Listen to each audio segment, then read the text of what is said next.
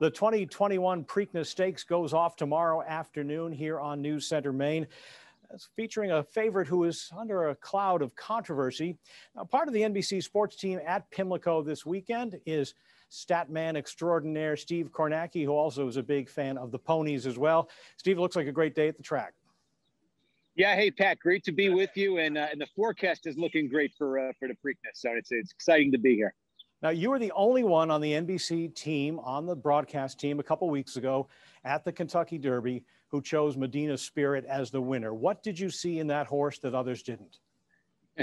Well, yeah, I've been getting a lot of questions since then about what exactly it was that I might have seen with this horse, just given the controversy that has sort of engulfed him. But yeah, honestly, look, I think there's a history recently in the Kentucky Derby of horses that are capable of getting to the lead in that race early on. You have that early speed, getting to the lead, getting close to the lead.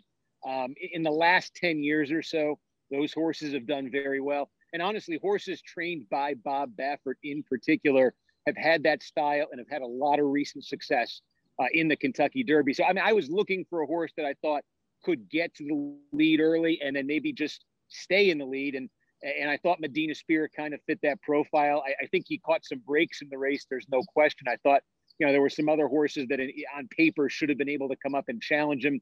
Never really did.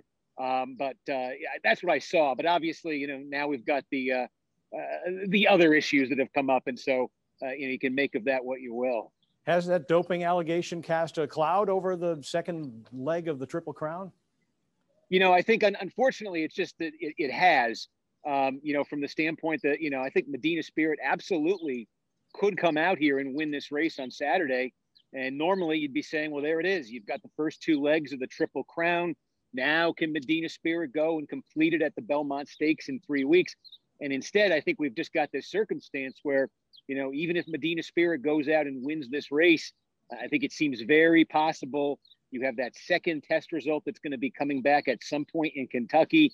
If that second test result is also positive, and I think everybody pretty much expects it will be, I think it's very likely that Kentucky Derby victory will be taken down. And so you could have a horse that actually crossed the finish line first in the first two legs of the Triple Crown, but is not declared the winner of those two races. And I think that's just a tough situation all around for all sorts of reasons. Now, betting on the Kentucky Derby can be tough because the field is so big. Now for the Preakness, you have a much more manageable field. How do you see things shaping up for those of us maybe looking for some exotic bets? Yeah, it's a different race. I mean, 20 horses started in the Derby. I think we'll have 10 here for the Preakness. I think one thing that's interesting is, and this has been another trend recently, the horses that came close but just missed in the Derby, in the old days, 10, 20 years ago even, a lot of them would take another shot in the Preakness. Now a lot of those horses sit the Preakness out, and that's what we see here. Mandaloon, who came in second, Hot Rod Charlie in third, Essential Quality in fourth in the Derby, all very quality horses, all had a real chance down the stretch in that Derby. All of them are not running in this race. So you take that out. I think what is different this time is you've got a newcomer here, a horse that did not run in the Derby. It's also trained by Bob Baffert, believe it or not, named Concert Tour, who has that very similar running style that I was describing with Medina Spirit, who likes to go for the lead early, who has early speed.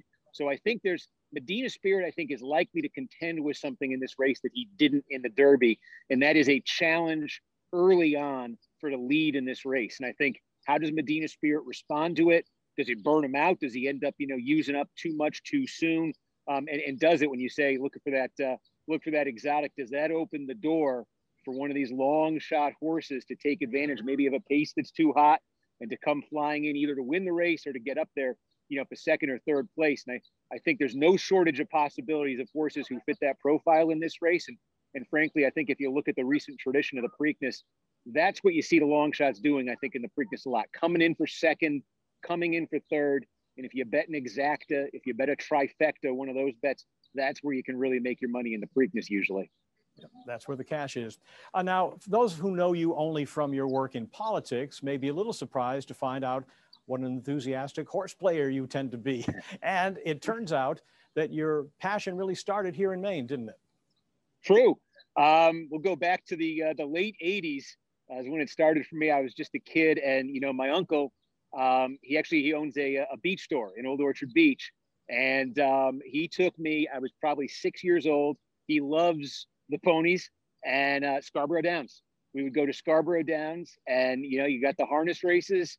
Of course, back in those days, this is before simulcast racing, where you could go to any track and you could watch any other track in the country. So we were really focused on the trotters at Scarborough. I like to tell the story that that night, and I was 6, I think I picked 5 straight winners.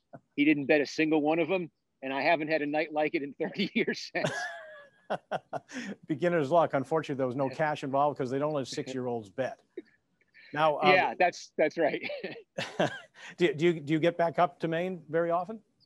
Yeah, at least every summer. He still has the store. Our whole family, aunts, uncles, cousins, we're all able to get together. At least we do a big sort of family get together every summer in Old Orchard. So I still do that. My parents actually retired up to Maine a few years ago. They're in Brunswick now. So I'm also up to see them throughout the year. So yeah, I spend a fair amount of time up there. That's fantastic. Now, your profile has gotten a lot larger of late, not just politics, but also doing sports and some entertainment stuff. And I've heard rumors that there's a game show in your future. The rumors are true. Very excited about this. Another thing I've always just had a fascination with, passion for game shows. Something about the competition, about the speed, about the pace. Maybe there's some parallel to horse racing there. I don't know. Yeah, very lucky here. Got a chance through some of the folks at NBC just to talk after the election about, there's some other areas I might be interested in looking in. Talk to some of the entertainment folks. The idea of a game show came up, and we're in the, and I'm learning all about this as we go along, but we're in the development stage. So we're talking over a bunch of different ideas, and I think we're going to try to develop something. So no fixed, a concept yet. We've got a couple kind of balls in the air, but it's been a fun process to be a part of, and I'm really excited to try to come up with something there. I know there's lots of people here in the newsroom who'd be happy to be a contestant, so keep us posted. Tell them they'll have to use an alias. Yeah. Maybe so. Appreciate you being with us.